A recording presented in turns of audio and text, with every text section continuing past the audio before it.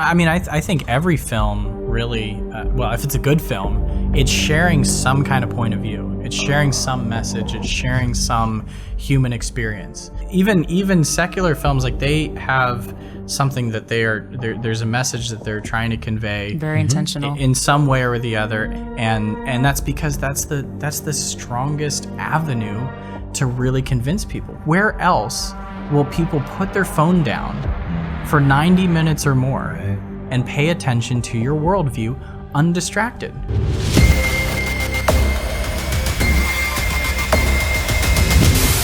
Welcome to LED Live. It's a show where we use the light of Christ to expose the darkness found in media and our culture. And today we have a guest, Kevin Christensen. Thank you so much for joining us on the show. Thank you for having me. Yeah. So Kevin is the head of Hope Studios, and we're going to delve into that, what that's all about. But first, we'd like to hear your story as to what birthed your interest in film to begin with.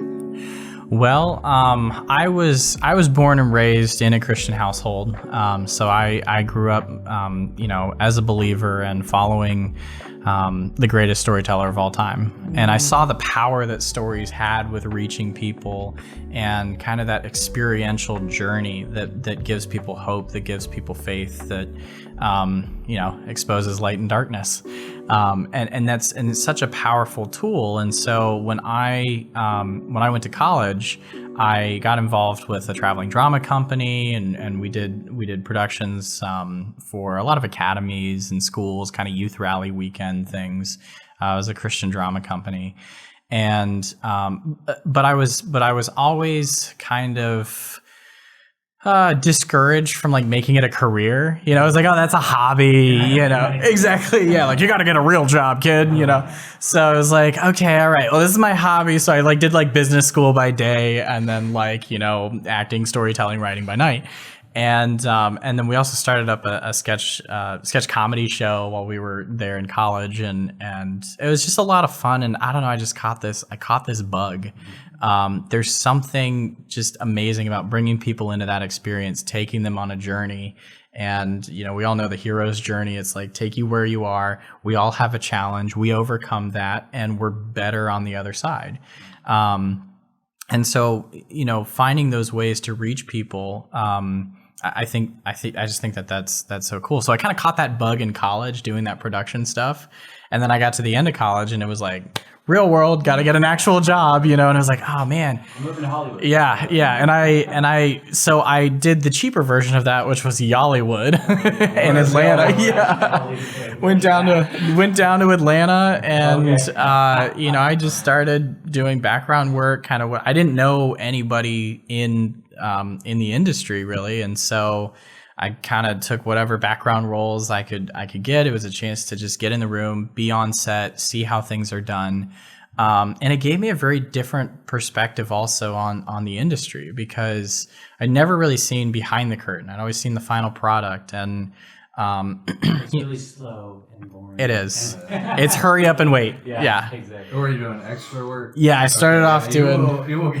You did it for 10 hours. Oh, and yeah. only work one. So Yep. were you in any of the Marvel stuff?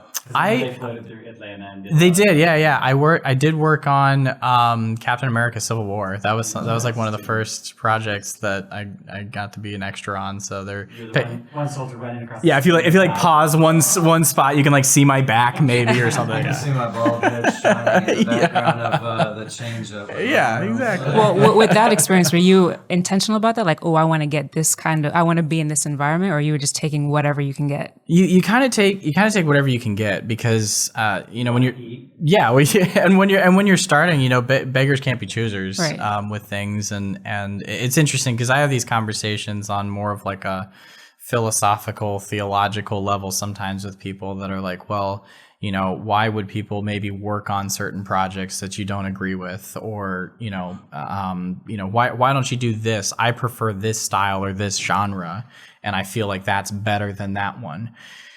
when you start, you don't really get to choose all the projects that you're working on. I mean, and a lot of times you don't even know necessarily what the script is or what, I mean, it's kind of, you're kind of a gun for hire with that stuff. And so I sort of equate that to, well, you can't walk into a company and say, hi, I want to run all your marketing and tell you how you're going to speak to people. They're like, you're going to take the front desk position and you're going to schedule what you're assigned to do. And, and hopefully if you, if you're a good steward and you are working for the Lord, as if you're working for the Lord, not men, even though you're working for men. Yeah.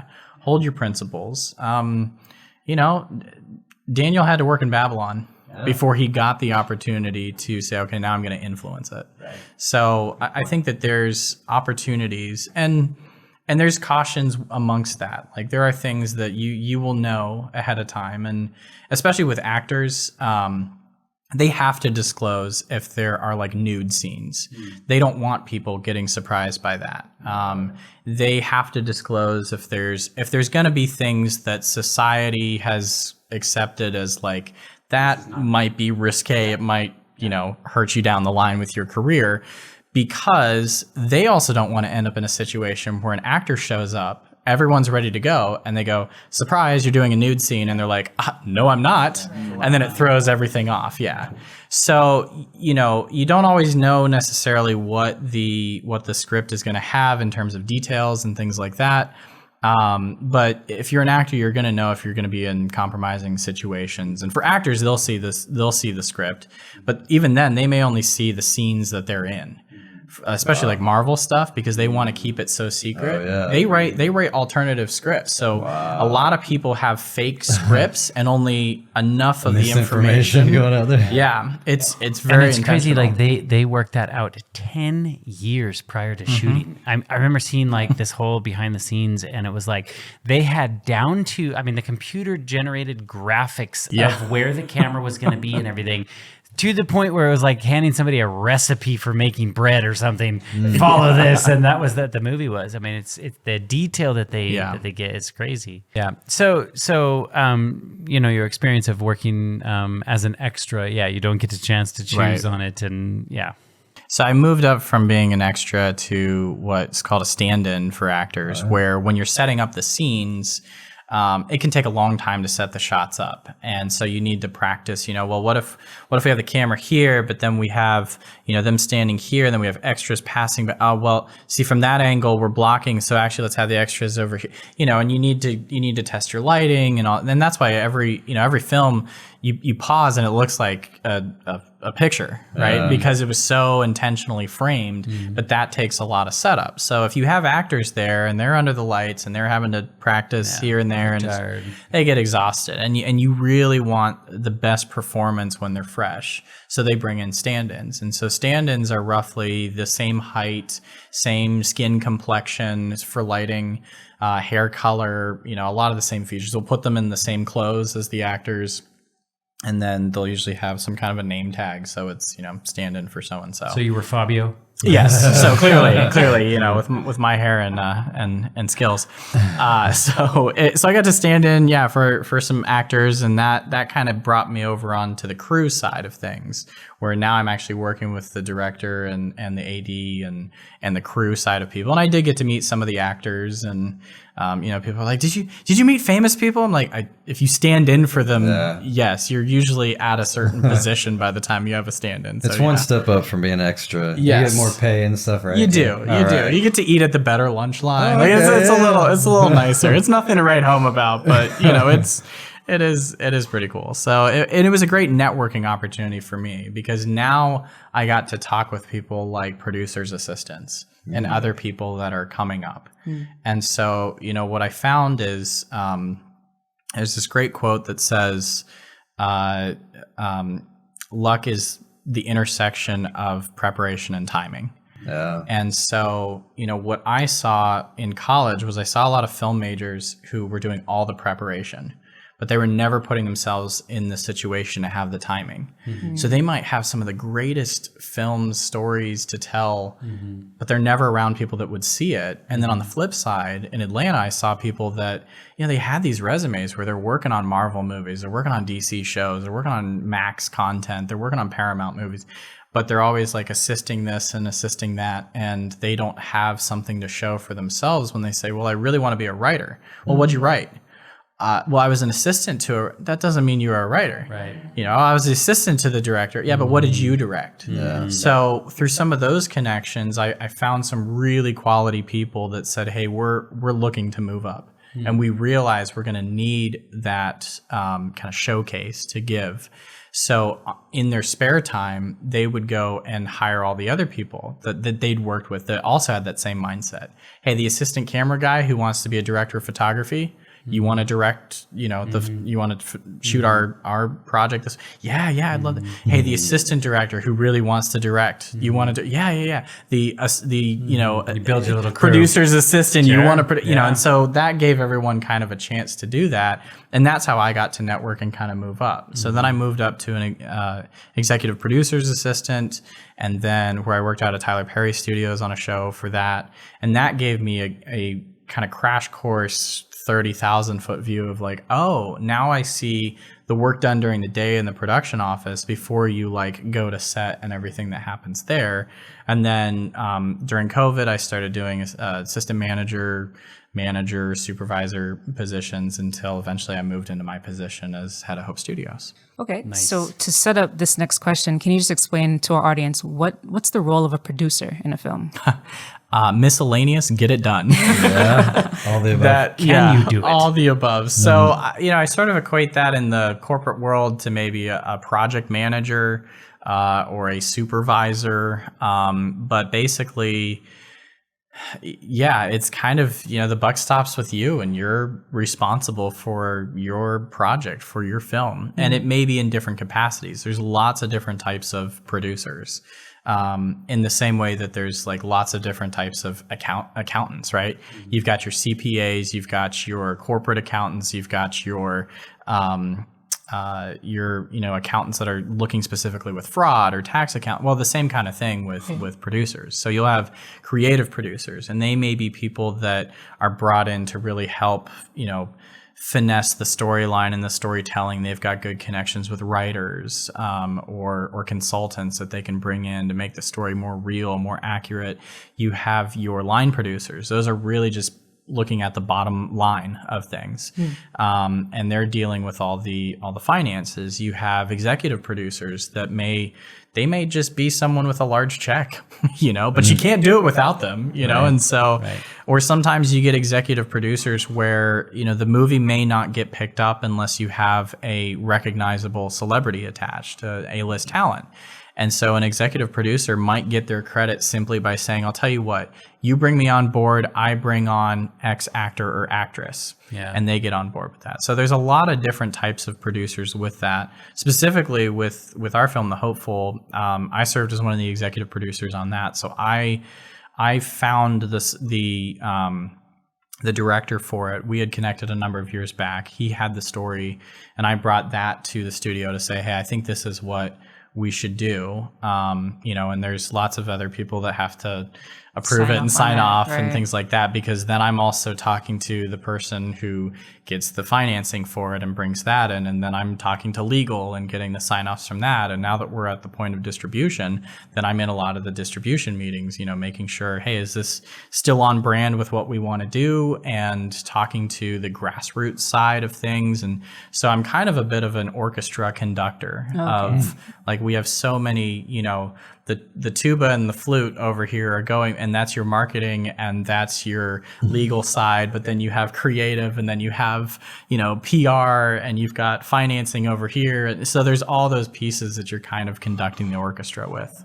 So then I'm curious, comparing the experiences of an actor versus a producer and their responsibilities, and with the experience of the actor, kind of at a certain stage, take what you can get to eat and all these things. How do the experiences, are they similar or are they different in terms of someone wanting to keep their autonomy in this industry? Well, the best way to keep your autonomy is to do TikTok. The more of a team that you get, the more you're going to have to navigate other creative opinions entering in there. So, the moment that you get someone to write you a check for something, there's strings attached to those checks. Even in donor models, you still have a lot of strings attached, sometimes even more to those checks. So, you bring a writer in, they're going to bring some perspectives of their own that you have to navigate, a director, their perspective. So the more that you're within a team, the more that you're going to have to navigate those things. But you would have more flexibility as a producer than, say, an actor when they're like, this is the contract, you kind of have to do this. If you say no, then we're going to find something else. Versus a producer, you may be able to change some things around without having the consequence of affecting your career. Right. Yeah. All that matters how big you are. I see. Yeah. If you're an actor on the top above the line, you can call the shots all day long. Nope, not going to do that, or people will cater to you. But yeah, if you're a little lower on the totem pole, Yep. Okay. you're going to do what they tell you. Yeah. So, that's where I think if you're kind of a good steward in all things, and you don't compromise on your values, as an actor, that's a lot harder because you're playing a role. And there's some people that say, I can't disassociate who I am from the role. And if that's the case, honestly, don't pursue acting. No. That's not for you. Yeah.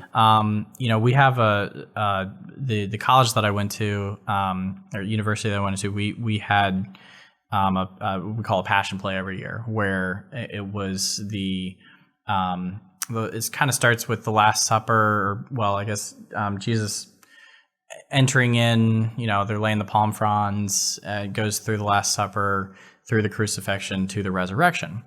And I remember one of the college students playing the role of Satan when they have that scene, where Satan is trying to tempt Jesus, and he's praying there, and his disciples are asleep. And, the student really got into it, and I think did an excellent job of portraying that role. But they got a lot of criticism afterward. Like, are you proud of that? You did that, Interesting. And I don't know. And this is my own personal opinion, but I think that to really show the need of a savior, you have to properly show the danger of evil. And so, if that actor had not taken on that role well, and really showed this dark, sinister side of the enemy, the bad guy in that situation, then Jesus would not have looked good, That's I think tough. there's a bit of a danger too, Yeah. as portraying the devil as this little red caped, Yeah. pitchforked, sort of like candy coated version of this evil. No, he's straight evil.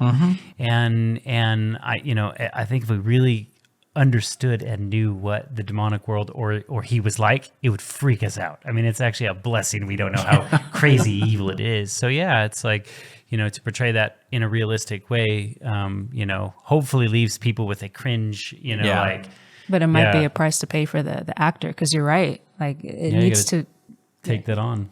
take it on. How do you detach from that? And But also understand that, like, let's not idolize anyone.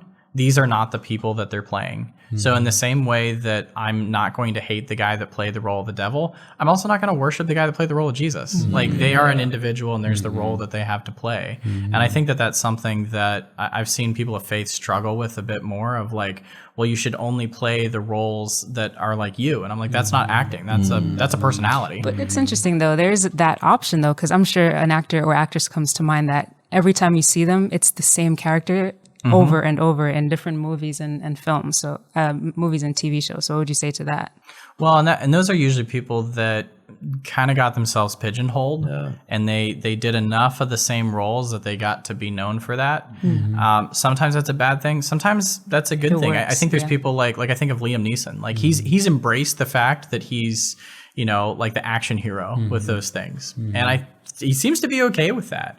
So, if you do enough of those, you can get into that role. If that's not what you're wanting to do and you're wanting to have more variety, then you do have to be cautious with what roles you're taking, because you can start to be, misconstrued as, oh, this is the only area of skill that they have. It's interesting how that works both ways, because that's the case for the actor, but it's also the case for the viewer. Like, do they have the ability to separate the person from the character? And usually people don't. When they see a celebrity on the street, they'll call them by the character's name, not their actual name. So I think the most important thing for us to do is to ask God. yes. Is this what you want me to do? Yeah. Is this what you want me to do? And we all have opinions of certain things, but at the end of the day, our opinion means nothing. God's opinion means everything. So, his ways are not our ways. Sometimes we don't understand his ways. Just make sure you ask God that question. Yeah. I think that's the epitome of God meeting people where they're at. Yeah. And more often than not, in the stories that I've heard, he's transformed the life of someone who was already in that space. He didn't call someone completely left field to go in and be effective in that way. And so that's another thing to keep in mind. Some pastor is like, all right, I want you to go start MMA now. Right. Okay, God, there you go. That's not to say it doesn't happen, but mighty rare. Yes, I would agree with you. Okay, so at this point in your story, you're a producer in Atlanta, in Hollywood, but you don't work in that space anymore. You're in Hope Studios now, which is more religious content. So what happened? What did that transition look like for you? Yeah, so shortly before COVID, I had produced some commercials and some short films and stuff with a production company that I opened, and so I was kind of doing, assistant to exec producer work on big budget stuff, and then high level position producer, but on small budget stuff. So I ended up in this conversation with a television network that was called Hope Channel International. And they had been around for about, this last year, they just celebrated 20 years. So, this was, 4 years ago or something. So around 15, 16 years they'd been around. And they were interested in looking at new avenues. And so I had been in the industry enough to notice that there was a completely different model. And this is where I'm thankful for the experiences that I had, because I'm a curious being and I like to ask questions. And so, one of the big questions that I had was, I thought this was a Netflix, Universal, you name it, big name production. Why does my paycheck say like No Name Productions 2 LLC? And I was like, what gives? Like, what's up with that? And they were like, oh, well, that's common practice. Every time that the studio does something, they open a company, they run it through that, and then they can limit all of their liabilities with it. It also allows them to work much faster and more efficiently. And they're essentially, every movie's a startup, or every show is a startup company. You're hired and fired. Yeah. And so they can move with like serious agility that a larger organization that has to protect all of its assets would have lots of checks and balances and red tape and committees and sign off, because everything that they do, the whole company is liable for. And so I was like, oh, that's really interesting. And, that stuck with me.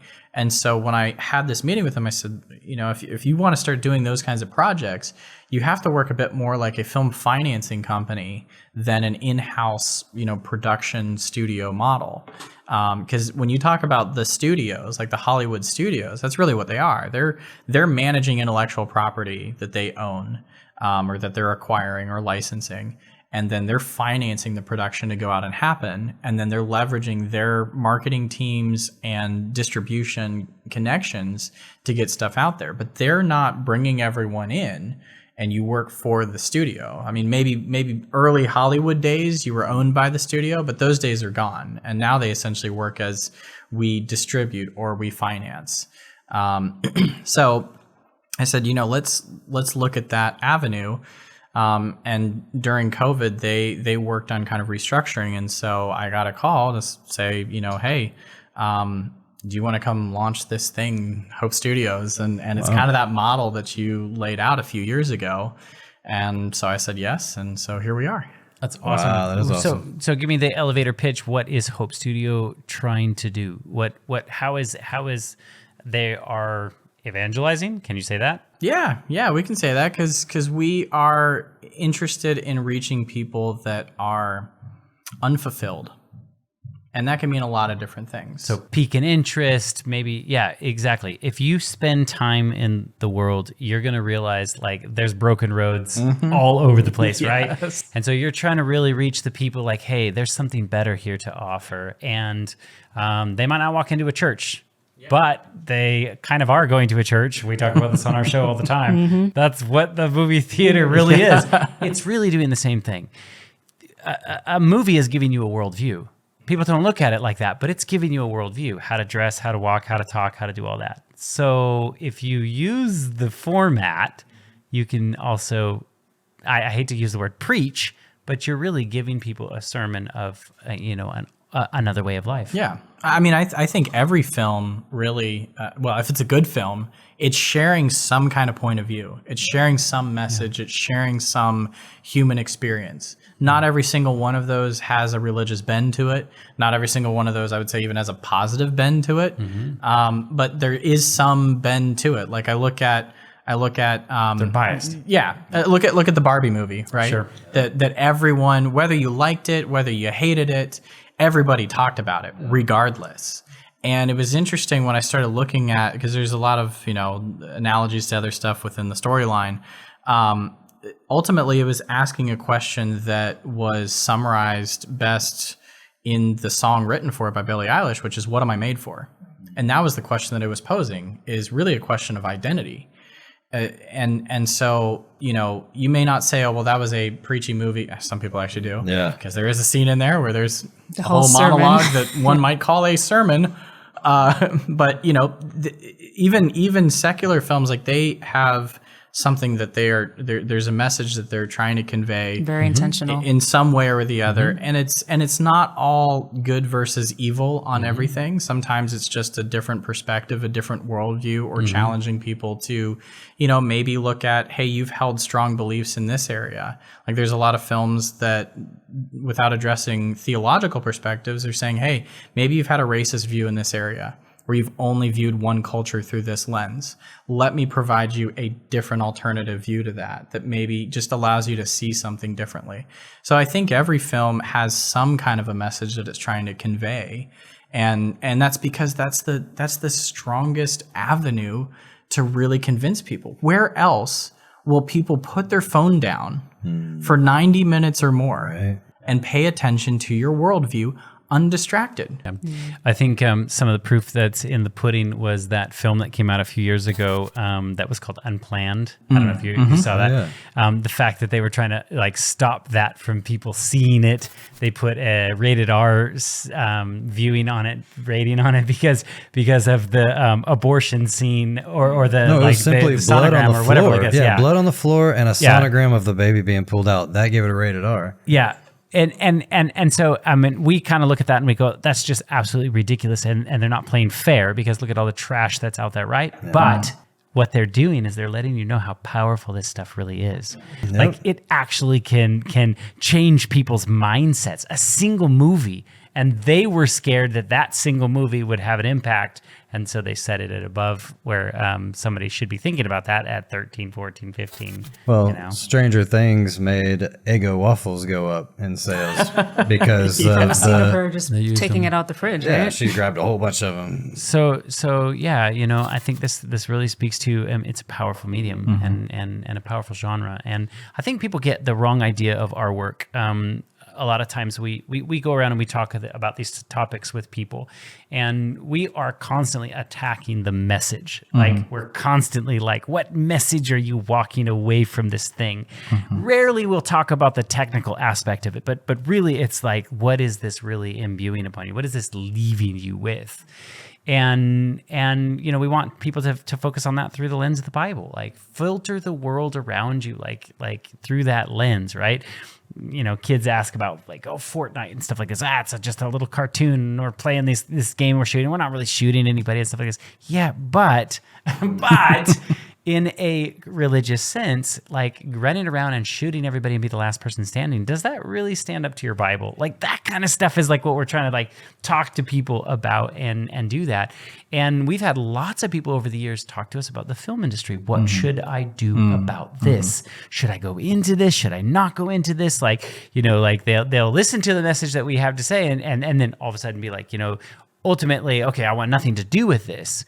But we tinker with media 90% of our time here all day long. If we were actors, we'd make movies too. But If we we're thought it was evil, we documentary wouldn't do it. We realize the power of it. And actually filmmaking is very difficult. It's very, very, I mean, there's a reason why it's expensive. It's much more expensive to make a film than it is to make a documentary or whatever like that. So, you know, mad props to you know, you guys for really stepping out there and wanting to actually have a different avenue to pique people's interest with a relationship with God. Yeah. One of the goals you stated for Hope Studios on the website was to raise the bar for high quality entertainment with messages of faith. So like, what does that mean? What does that look like?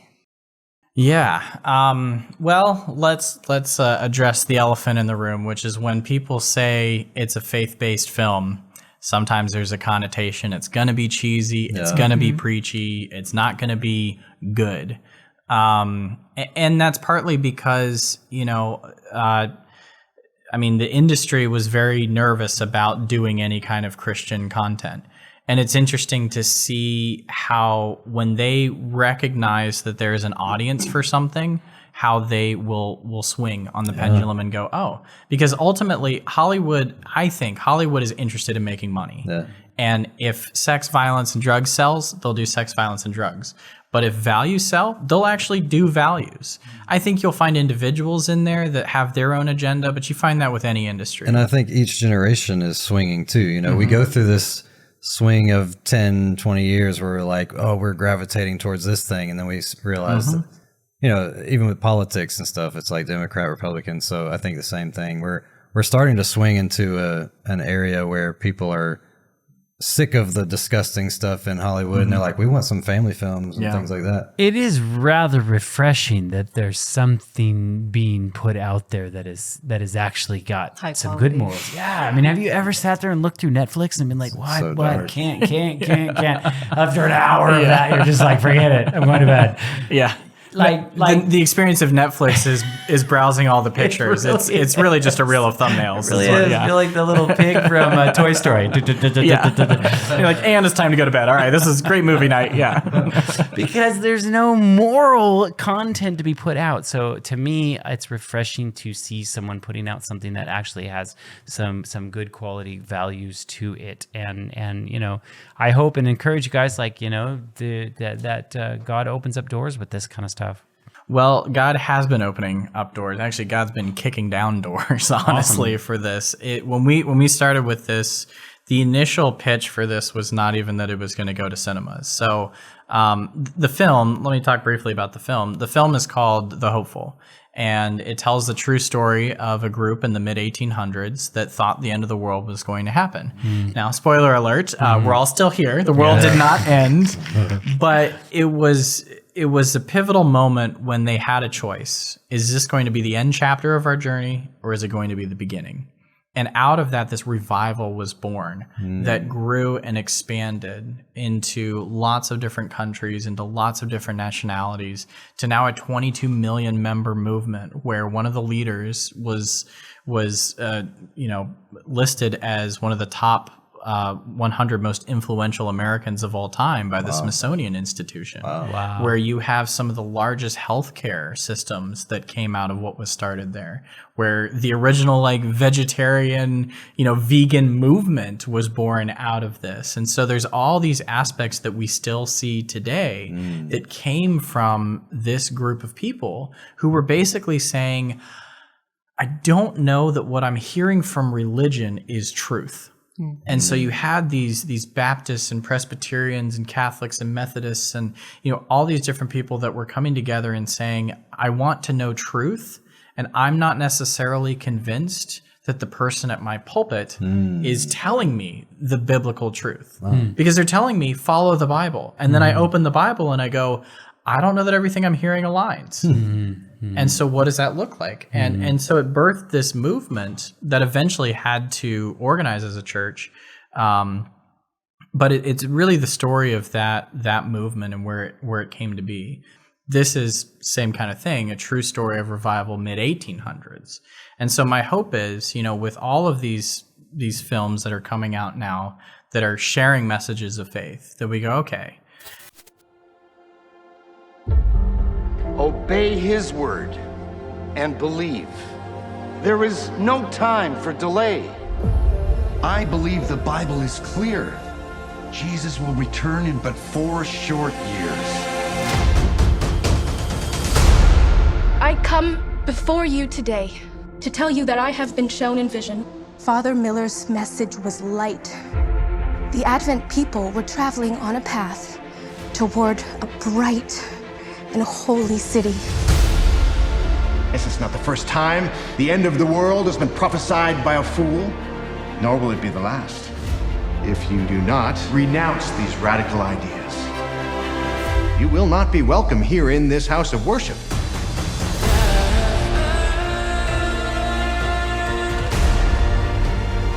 This was only the beginning of our journey. Her visions do not come from God. But my friends, she speaks with great tenderness of the word of the Lord.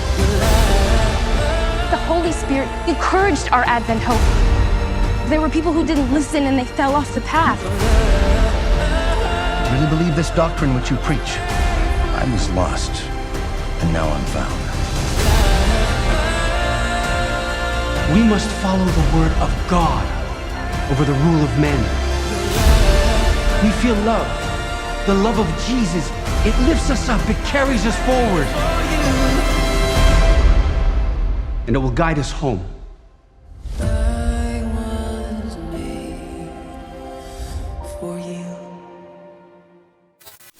I mean, these people were studying all night long. When was the last time you stayed up all night long with your friends and literally studied? Yeah. All night. Yeah. I mean, granted, they didn't have Netflix and, so. But they were selling possessions and they were selling their farms and they were selling all that they had. And they really bought into it. So, when the world didn't end, they believed Christ was going to return. And when Christ did not return, that was really devastating for a lot of people. And we show that in the film. And we kind of show, the fact that they come out of that the next morning and they're being ridiculed by society. And, yes, there were things that they got incorrect. They had assumptions that were wrong. And I like the way that one of the characters phrases it in the film is he says, well, let me ask you a question. When Jesus was establishing his kingdom, did his own disciples believe it was a heavenly kingdom or an earthly kingdom? They didn't even understand it. And then when he gets resurrected again, the first thing out of their mouth is like, is this the time now? Right. And he's just like, oh my goodness. And so despite that, Christ was still able to use all of them to start a movement. And so we see a similar story here where people start off with a misunderstanding, and despite that, God is able to use that to start this movement for truth. And what's beautiful about it too is you really put yourself in this story. Like if you really believe something to be utterly true, it's going to happen or whatever like this, and it doesn't, what would that do to your faith? Is your faith grounded upon just this idea? And I think that's why God let a situation like this happen, right? Is really to put in front of us, what are you really believing in this for? And so I think this really hits at the heart of any Christian. I mean, it's not just one denomination, it's any Christian. Like, what do you do in the wake of something happening that you don't understand? Yeah. Do you truly leave your faith on the table, or how do you move forward with that? So it's a beautiful story. I have a question. How many movies has Hope Studios put out, and where do you find these movies at?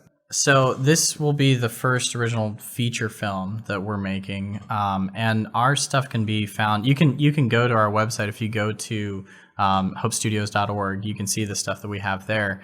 But we're intentionally not just putting it all on one spot.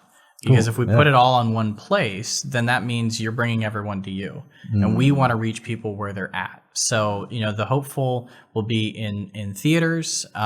You've got some other series that we worked with getting distribution. There's a series called Encounters that we helped facilitate the distribution for, and that went on PureFlix. So we're kind of all over the place of saying we want to get it out as far as possible. So, you can always see what we're working on by following any of our social media. If you just go to our website, hopestudios.org, you can see stuff there.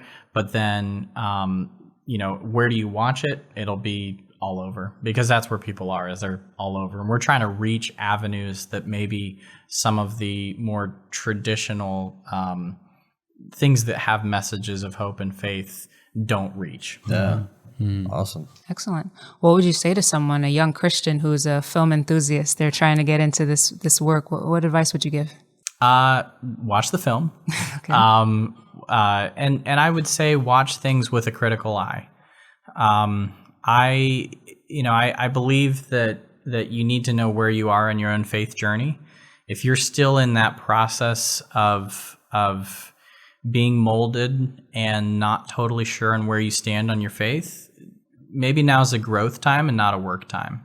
So take that time, learn who you are, learn where you stand on things, because we are called to be in the world, but we're not called to be of it. And if you're still in that place where you're being shaped by it, get out of it.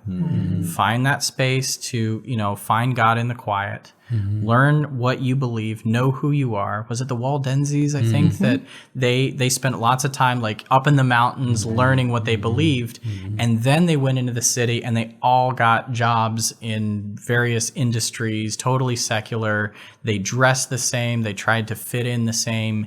But they kept their Bible on them. And when they had the opportunity, they shared that message. And so I think, kind of looking at history and saying, okay, some of the biggest pioneers of faith in this world globally were people that they learned who they were first, and then they took that message to the world. Because you need to be able to relate to the world. And that's the other caution that I have, is when you're there and you're like, okay, I'm ready for mission, don't be unrelatable. Please don't be unrelatable. Because you look at Joseph. Joseph is one of the greatest examples of faith of all time. And yet he was so Egyptian, his own brothers didn't recognize him. Right. That's crazy. So he found a way to assimilate with culture in a way where he looked, sounded, felt, smelled probably Egyptian, to the point that his brothers don't recognize him. And yet his faith shines through with the positions he was entrusted to, and saving them from a famine. And though what Paul says too, I speak to the Romans as the Romans do, or whatever. I've often used this too. Like, there was a time when I couldn't go to a party without doing drugs or drinking, and I don't know if I separated myself or my friends just separated themselves from me when I became a Christian. But now I've been able to be in situations where I'm the light in that room at a party, and can, I had a friend that I took to rehab, and right before I took her, drugs broke out all around me. And that night, each person I got to spend one-on-one time with, and they were like, I feel like you're here for a reason. Like, you're not doing drugs. And they opened up, and one guy said, I believe we're in the last days. I'm like, what? It was really crazy. But I don't recommend somebody else put themselves in that situation. Just like I have a cousin who works with other women, and they go to the strip club and witness to the strippers. But I don't recommend me or anybody, other males doing that. So we are all called to do different things, and at different times in your life too. Wow, it's interesting, because they always say, like, usually 90% of the time, the things that you think will happen won't happen. Like, the terrible things you think will happen won't happen. Yeah. And there's a lot of prayer pressure, like you being in that environment. Oh, I have to take drugs because, X, Y, and Z will happen. But you didn't. You stood on that principle, and look at the outcome. Yeah. Such positivity. Yeah. It's great. Well, thank you, Kevin, so much for coming on the show and giving these insights.